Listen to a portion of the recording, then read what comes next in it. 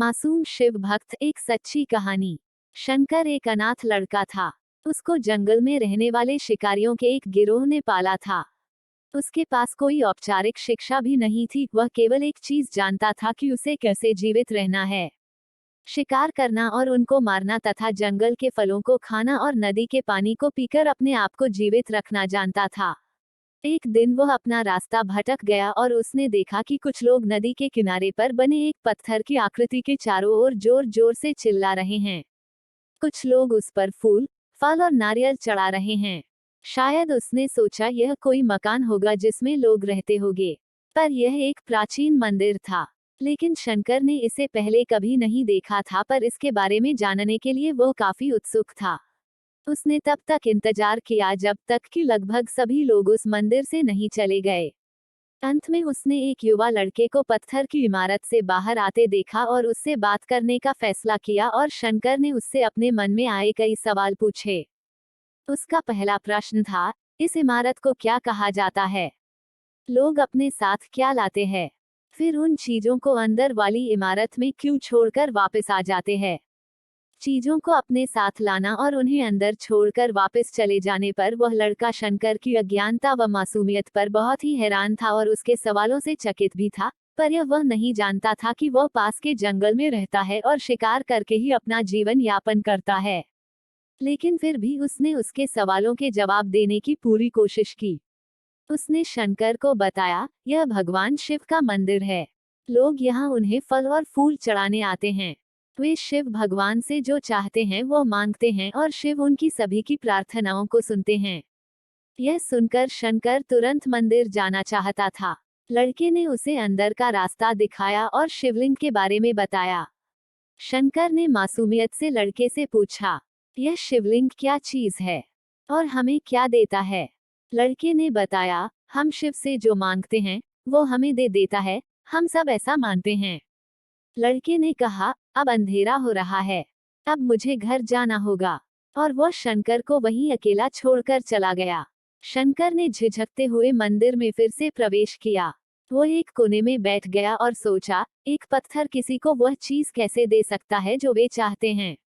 इसलिए उसने इसका परीक्षण करने का फैसला किया और उसने पत्थर की प्रतिमा से कहा, हे शिव, कृपया मुझे पर्याप्त शिकार करने दे ताकि मैं भूखा न रहूं।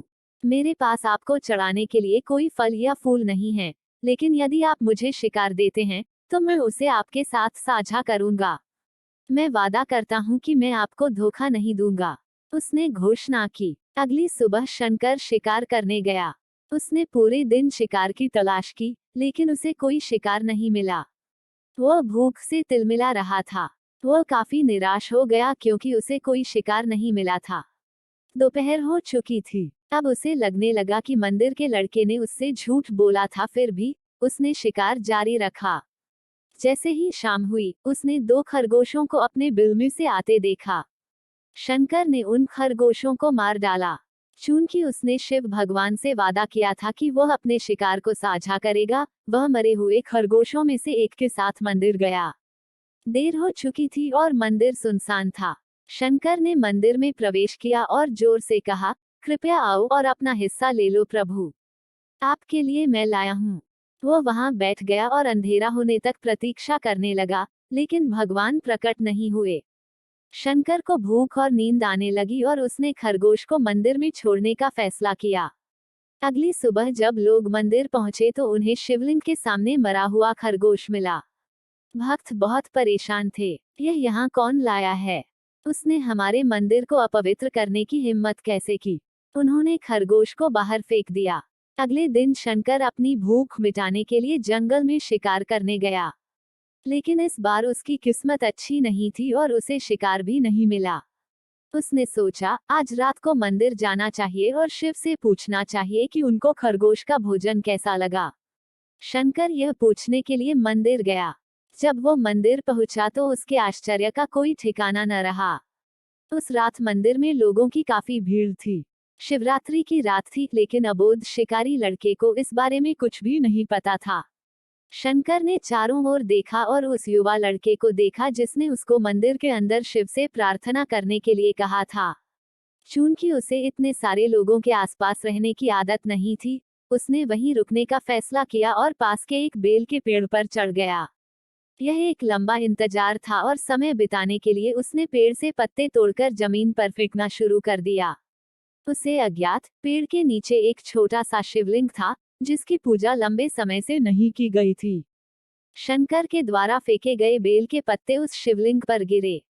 शंकर भजनों से मंत्रमुग्ध हो गया और धीरे धीरे साथ गाना और पंचाक्षरी मंत्र का जाप करना शुरू कर दिया।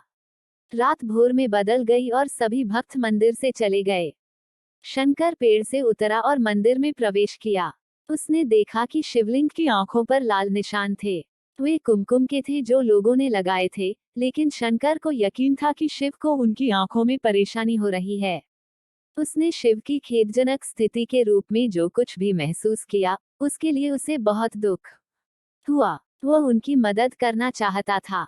उसने सोचा, शिव यहाँ अकेले रहते हैं और बीमार होने पर उनकी देखभाल करने वाला कोई नहीं है।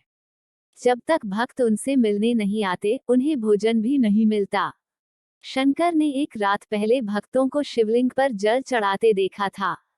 प्रभु को ठंड लग रही होगी, शायद वे कांप रहे हैं, उसने सोचा।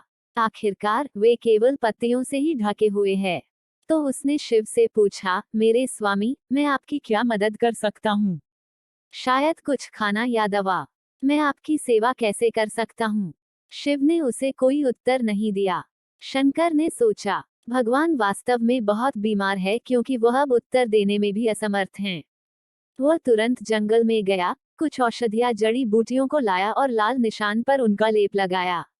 लेकिन कुछ नहीं हुआ। उसने कहा, लगता है कि ये अंधे हो गए हैं। मुझे प्रभु को अपनी एक आंख देनी चाहिए ताकि वह ठीक हो जाए। यह निश्चित रूप से उन्हें खुश कर देगा। उसका दिल पवित्र था और उसने वहां शिव के हाथ में रखे त्रिशूल को उठाया और त्रिशूल को अपनी दाहिनी आंख की ओर ले गया और अपनी आंख को निकालने का प्रयत्न किया। शंकर अनपढ़ था, उसे मंत्रों या पूजा के उचित तरीकों का कोई ज्ञान नहीं था, लेकिन उसकी भक्ति की कोई सीमा नहीं थी। जैसे ही वह अपनी आंख निकालने वाला था, शिव अपनी पत्नी पार्वती के साथ प्रकट हुए। उन्होंने पार्वती से कहा, इस भक्त शंकर ने अनजाने में शिवरात्रि पर उपवास किया, बेल के पत्तों से मेरी पूजा की और साबित किया कि उनका दिल बेदाग व पवित्र है। मैं अपने इस भक्त पर काफी प्रसन्न हूँ। शिव भगवान ने शंकर से कहा, तुमने मुझे अपनी मासूमियत के कारण जीत लिया है। प्रभु ने मुस्कुराते हुए कहा, लोग मुझसे हर समय झूठे वादे करते रहते हैं और कुछ ना कुछ मुझसे मांगते रहते हैं, पर जैसे ही उन्हें मुझसे मांगी चीज मिल जाती है तो वे मुझे भूल जाते हैं। दूसरी ओर, तुमने मेरे साथ एक सच्चे इंसान की तरह व्यवहार किया और यह वास्तव में बहुत ही दुर्लभ है। अब से तुम मेरे इस संसार में सबसे बड़े भक्त माने जाओगे और तुम्हारा नाम मेरे साथ सदा जुड़ा रहेगा।